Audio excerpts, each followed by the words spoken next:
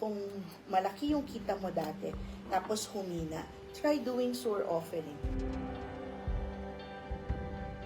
Kunyari wala kayong sabo, mag-SUR offering po kayo. Sobrang lakas po ng SUR. When I bought the land, hindi po ako nagbabank loan eh. So, nung binili po namin to ng cash, talagang na-drain ako. No? So, you know what I relied on? Araw-araw po. Kahit anong mangyari, magbabawas ako sa ibang bagay. Pero mag-o-offer po ako ng SUR. Nag-SUR po kami noon, gabi-gabi, araw-araw. Eh, napagawa ko talaga po yung center. No? Iba na paganda. Yung mga original po na clients ko, nakita nyo kung dati parang kahon lang to. No? Alam niyo po, mag-develop ng 1 hectare property is no joke, ha?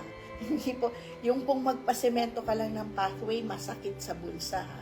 Yung pong magpapakod ka, masakit sa bulsa. And you're talking of a big property, no?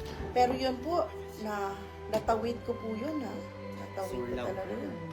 SUR lang yun, ha?